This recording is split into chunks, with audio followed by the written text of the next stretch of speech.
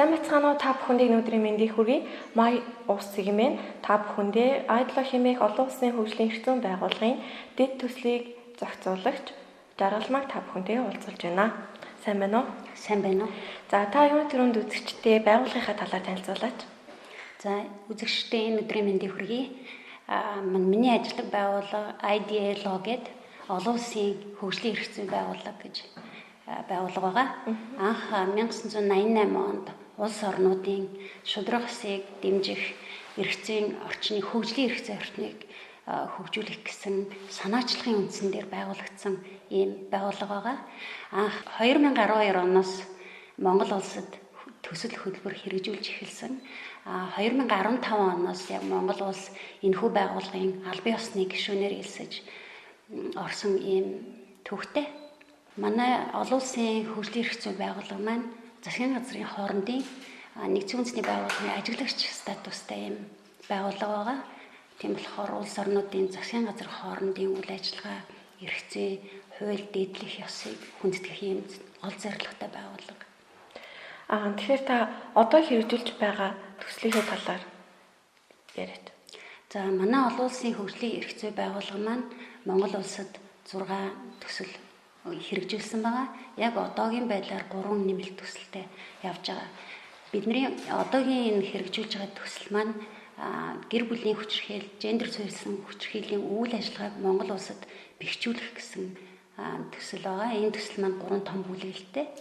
Яг миний хариуцсан дэд төслийн төсөл маань энэхүү төслийн 3 дахь бүлэгт хамаарагдаж ингэж яваа. Энэ төслийн маань хүрээнд 11 төрөмс байгууллагын 12 аймагт сонгон шалгаруулж грант дэд төслийн хүрээнд төрөмс байгууллагуудыг иргэний нийгмийн байгууллагуудыг чадахжуулах, мөн гендерт суурилсан хүчирхийл, гэр бүлийн хүчирхийллийн үйлчлэгийг сайжруулах, мөн ард иргэдэд гэр бүлийн хүчирхийллийн хор уршиг үйлчлэгээ, эрх зүйн үйлчлэгийг дэвшлүүлэх ийм зорилготой энэ төслийн үйл ажиллагааг эдгээр байгууллагаттай гэрээ хийгээд хэрэгжүүлж байгаамаа.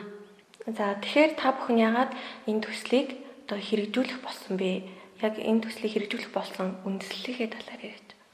За манай олон улсын хөгжлийн эрх зүйн байгууллагын маань гол зорилго нь хууль ёсыг дээдлэх, эрх зүйн одоо иргэдэд эрх зүйн мэдлэгийг олгох ийм үндсэн зорилгын дагуу яг энэ хүрээндээ энэ төслийн гол зорилго нь олон нийт иргэдийн эрх зүйн мэдлэгийг дээшлүүлэх, мөн гендерт суурилсан хүчирхийл, гэр бүлийн хүчирхийлд өртсөн хохирогчдод хууль эрх зүйн зөвлөгөө тусламж үзүүлэх, сэтгэл зүйн зөвлөгөө тусламж үзүүлэх, холбон зуучлах комитетийн одоо үйл ажиллагаанууд багтсан ийм төсөл байгаа. Тийм ийм зорилгын хүрээнд хэрэгжиж байгаа төсөл юм аа. За энэхүү төслийн хүрээнд маань хөдөө орон нутагт энэ иргэдийн хууль эрх зүйн мэдлэгийг дээшлүүлэх, тэдний хандлагыг өөрчлөх, мөн төрийн бас байгууллагуудыг чадваржуулах, мөн тухайн орон нутгийн удирдлага, засаг захиргаатай хамтран ажиллах, ийм хамтын ажиллагааг бэхжүүлэх ийм бас гол чиглэлүүд явж байгаа. Увс аймгийн хувьд бид манай байгууллагын зүгээс энэхүү төслийн хүрээнд сайн тус төв гэсэн төрийн бас байгууллагатай хамтарч Увс аймгийн хүрээнд бас энэ төслийн зорилготой нийцүүлсэн төслийг хэрэгжүүлж эхлэв байна. Энэхүү төсөл нь Канадын засгийн газрын санхүүжилтээр хэрэгжиж байгаа.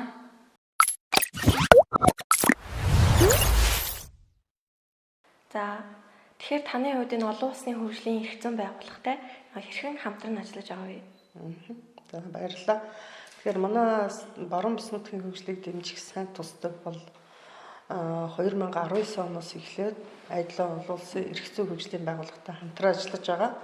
Өөрөөр хэлбэл Монгол улсад үйл ажиллагаа явуулж байгаа энэ байгууллага маань Монгол улсын иргэний нийгмийн төрийн бас байгууллагуудад бас боломж олгож хамтран ажиллах юм урилгыг бол бас тавьсан байгаа түгээсэн. Тэгээд энэ хүрээнд мэдээлэл аваад бид бүгд мэдээлэл солилцоод тэгээд бид бүхнийг бас хүлээн авч хамтран ажиллахаар болсон. Тэгээд бид 2019 оны ер нь 9-10 сараас эхлээд бид нар гендер суурилсан хүчирхийлэл, гэр бүлийн хүчирхийллийн чиглэлээр тодорхой хэмжээний сургалтанд хамрагдсан байгаа. Тэгээд бид энэ сургалтанд хамрагдаж хамтарч ажиллаж байгаа хүрээнд гэр бүлийн хүчирхийллийн хохирогч нарт эрх зүй анхан шатны зөвлөгөө, тусламж дэмжлэг, холбон зуршлах ийм үйлчилгээг бас үзүүлж эхэлсэн байгаа. За тэрнээс гадна бид бас эмэгтэйчүүдэд өөрийгөө хайрлах уу хэмээх сургалтыг бид нар бас Айдал улсын байгууллага, тэнтэй хамтран ажилладаг хөөрхөн зүрх төрийн байгууллагын одоо дэмжлэгээр бас тодорхой хэмжээний сургалтанд хамрагдаж чадварчаа энэ сургалтуудыг бас зохион байгуулж байна.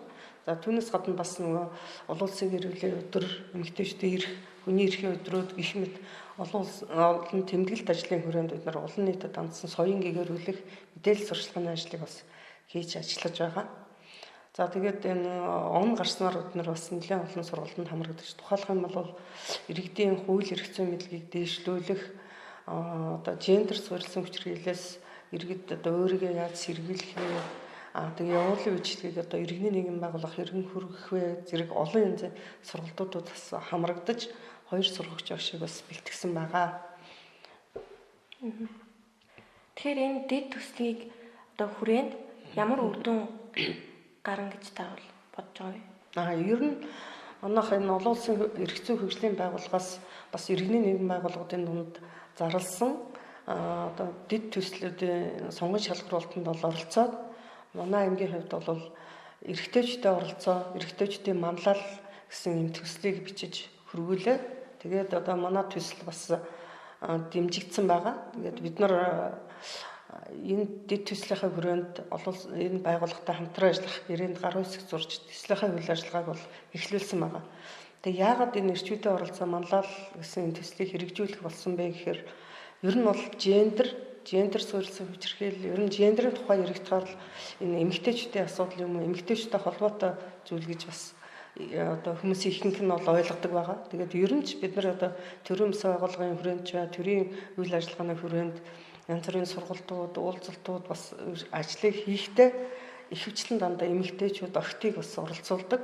Ялангуяа гэр бүлийн хүчирхийллийн хохирогч нар нь бол охид эмэгтэйчүүд байгаа нь үнэн боловч эрчүүд рүүгээ чиглэсэн тэднийг чадварчуулах, мэдээлэлээр хангах, сэдэлжүүлэх ажлыг бол харьцангуй бага хийдэг байгаа. Тийм учраас бид нар бас эрэгтэйчүүдийнхаа эрх зүйн мэдлэгийг бас дээшлүүлээ, тэднийгээ бас идэвхжүүлээ, тэднэртэйгээ бас хамтран ажиллая.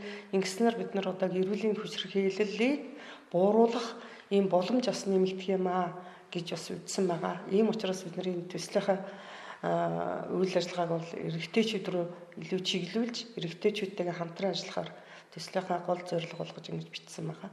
Тэгээ манай дэд төслийн хүрээнд бол 10 гаруй ажлыг бас төлөвлөсөн байгаа. За энд бол юу гэхээр бид нэр хөвгүүдийнхаа дунд ялангуяа нөгөө хөвгөд клуб гэж сургуулиуд байгаа. Энэ клубийнхаа хөвгүүдийн дундаас бид нэр ÜТН-ийн сургагчийг бэлтгэе гэдэг ингээд бэлтгэл ажлаа боловсрол соёл урлагийн газар, насан туршийн боловсрол хөвгөд хөгжлийн төвтэй хамтраад бэлэн болгосон байгаа. Дараа нь бол бид нэр одоо бас иргэдтэй мэдээллийг түгээх олон янзын зорилт төлөвлөгтэй хамтарч ажилдгээр нь ажилд байдлыг нь бодоод бид нар насан туршийн боловсролынхаа багш нарыг бас хамтрагчаар сургахаар ингээд бас бэлэн болоод ажиллаж байна. За дараагийн нэг том ажил маань юу гэхээр эрэгтэйчүүдэд оролцуулсан одоо бид нар 110 оролцогчтой гэж их төлөвлөсөн байгаа. Эрэгтэйчүүдийн чуулга уулзалт форумыг зохион байгуулахаар аймгийн иргэдийн хурал, аймгийн засаг даргын тамгын газар ер нь сумдын удирдлагуудтай тохиролцоод бэлтгэл ажлаа хангаад явж байна. Тэгээ ковидынхаа цаг үеийн байдлаас шалтгаалаад бид нар одоо энэ намартаа бол энэ ажиллагаа зохион байгуулнаа гэж ингэж бас бодсон байгаа. За тэрнээс гадна бид нар бас аслагдсан багийн иргэдэд бас эрх зүйн мэдлэгийн дээшлүүлэх одоо өөрийнхөө эрхийг эдлэхтэн туслах ийм зорилготой явуулын үйлчилгээг үзүүлж тэр үйлчилгээгээр бид нар эрх зүйн болоод сэтгэл зүйн за тэгээ бусад нийгмийн үйлчилгээг хүргэхээр одоо төлөвлөсөн байж байгаа. Тэрнээс гадна бид нар бас иргэдтэй хандсан нийгэмд бас мэдээлэл, эерэг мэдээллийг түгэх үүднээс бид нараас өсвөрийнхэн залуучдын дунд гендрийн одоо хэвшмэл ойлголтын эерэг талыг сурталчлах тийм мэтгэлцээнийг зохион байгуулна. За тэгээ бусад одоо хохирогч нарт эмнэлгийн тусламжийг хэрхэн үзүүлэх вэ гэдэг талаас нь эмч эмнэлгийн мэргэжилтнүүдийн одоо хууль эрх зүйн мэдлэгийг дээшлүүлэхэд чиглэгдсэн эмч нарын сургалтыг бас зохион байгуулна гэх мэт ийм олон ажлуудыг бол хийхээр одоо эхлүүлсэн байж байгаа. Тэгээ бид нар Энэ төслийнхаа үр дүнд бол юу гэхээр ер нь иргэдийн маань за тэгээд эрэгтэйчүүдийн маань шийдвэр гаргагчдын маань гендер суурилсан хүчирхийлэлтэд тэмцэх энэ үйл ажиллагаанд маань бүгдээрээ одоо хамтарч манлайлж ажилдаг энэ хамтын ажиллагаанд маань нэгдүгürt ахиц гарна гэж бас хүлээж байгаа.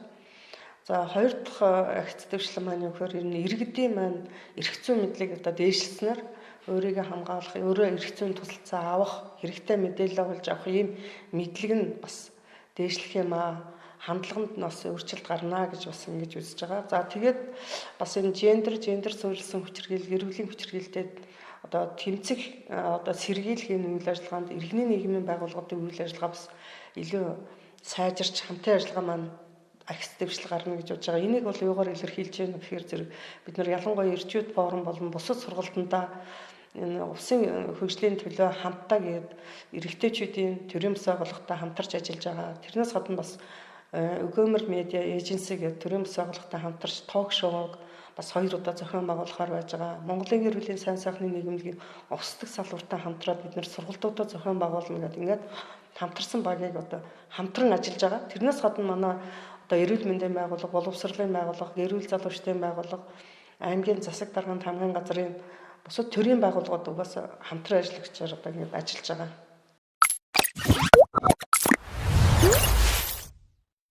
Тэгэхээр энэ төслийг ямар байгууллага дэмжиж ажилласан бэ?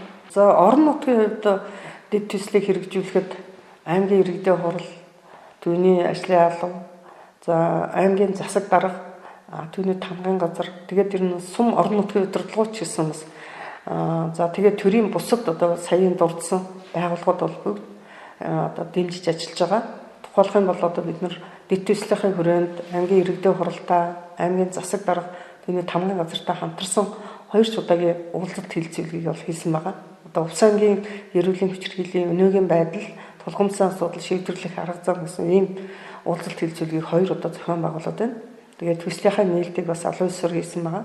За энд бол орон нутгийн удирдлагууд нь бол маш идэвхтэй оролцож анхаарлаа хандуулж за тэгээд гэмт хэрэг зөрчил ялангуяа одоо эрүүлийн хүчирхийлэл нийлээд одоо гардаг зөрчил нийлээд гарч байгаа энэ байдалд үнэлгээ дүгнэлт өгч аймгийн иргэдийн хурлын тогтоолыг хүртэл гаргасан байж байгаа. Тэгээд одоо гэр бүлийн хүчирхийллийн мэдээллийн нэгдсэн санг бий болгох одоо энэ хүчирхийлэл зөрчил илүү байгаа одоо сүмүүдийн асуудлыг одоо бас авч хэлэлцэх за тэгээд бас амьдралын хувьд юм уу асуудал зарим тулгымдсан одоо асуудал үхийг ирүүл хэрхэн туслах вэ гэх зэрэг шийдвэрүүдийг бас тусгасан байгаа.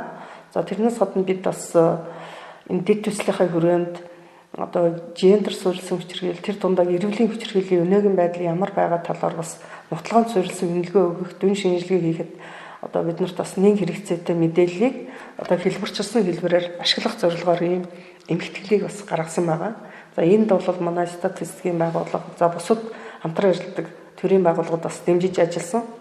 Ингээд эцэст нь бас аймгийн иргэдийн хурлын дарга Батбол, аймгийн засаг дарга Чимэг дарга болон бусад эрүүл мэнд, боловсрол, хүүхэд гэр бүл хөгжлийн хэлтс, насан туршийн боловсрол, хүүхэд хөгжлийн төв болон бусад хамтран ажилладаг төрийн бас байгууллага, төрийн байгууллагын удирдлагууд хамтран ажилладаг мэрэгчлэнтэй бүгд нь талархал илэрхийлж байна. Баярлалаа гэдгээ хэлье.